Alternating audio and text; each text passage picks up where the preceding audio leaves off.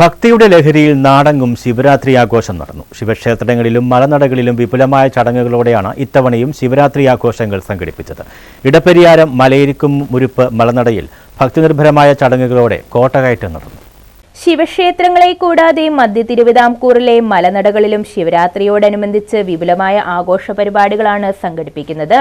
സ്വർഗാരോഹണത്തിന് ശേഷം കൗരവർക്ക് ദേവസ്ഥാനം നൽകുകയും ഓരോ കരകളെ കാക്കുന്നതിനായി ദുര്യോധനാദികൾക്ക് ഓരോ മലകളിൽ ഇരിപ്പിടം അനുവദിക്കുകയും ചെയ്തതായാണ് വിശ്വാസം. എന്നാൽ പാണ്ഡവർക്ക് സൂചികുത്താൻ ഇടം നൽകില്ല എന്ന് പറഞ്ഞതിനാൽ മലദേവന്മാർക്ക് പാറകളിലാണ് ഇരിപ്പിടം നൽകിയത്. മധ്യ തിരുവിതാംകൂറിന്റെ വിവിധ ഭാഗങ്ങളിലായി 999 മലദേവന്മാർ ഉള്ളതാണ് ഐതിഹ്യം. മലനടകളിൽ പ്രധാന പൂജാരിയായ ഊരാളി എന്ന സ്ഥാനം കുറവർ സമുദായക്കാർക്കാണുള്ളത്. വെറ്റില മുറുക്കാനും കള്ളും വിത്തും കരിക്കും ഒക്കെയാണ് മലനടകളിലെ പ്രധാന നീദ്യം. വിശേഷ ദിവസങ്ങളിൽ ഊരാളി മലയപ്പൂപ്പന്റെ പ്രതിനിധിയായി ഭക്തരോട് സംവദിക്കുന്ന ചടങ്ങുമുണ്ട്.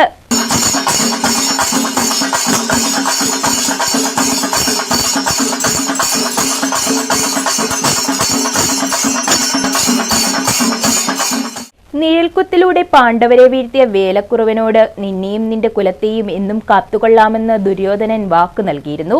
അതിനാലാണ് മലനടകളിൽ കുറവർ സമുദായക്കാർക്ക് പ്രത്യേകം അവകാശം കൽപ്പിക്കപ്പെട്ടതെന്നാണ് ഐതിഹ്യം. ഇടപ്പരിയാരം മധുമല മലനടയിൽ നൂറ്റവ പ്രധാനിയായ ദുര്യോധനനാണ് അതിദേവൻ എന്നാണ് വിശ്വസിക്കപ്പെടുന്നത്. ഇടപ്പരിയാരം പീടികയിൽ കാവിനു മുന്നിൽ നിന്നും വാദ്യമേളങ്ങളുടെയും താലപ്പൊലിയുടെയും കെട്ടുരുപ്പടികളുടെയും അകമ്പടിയോടെ ആരംഭിച്ച കോട്ടക്കയറ്റ ഘോഷയാത്ര മലയിരിക്കും മുരുപ്പ് മലനടയിൽ സമാപിച്ചു. News bureau, Pathanamthitta.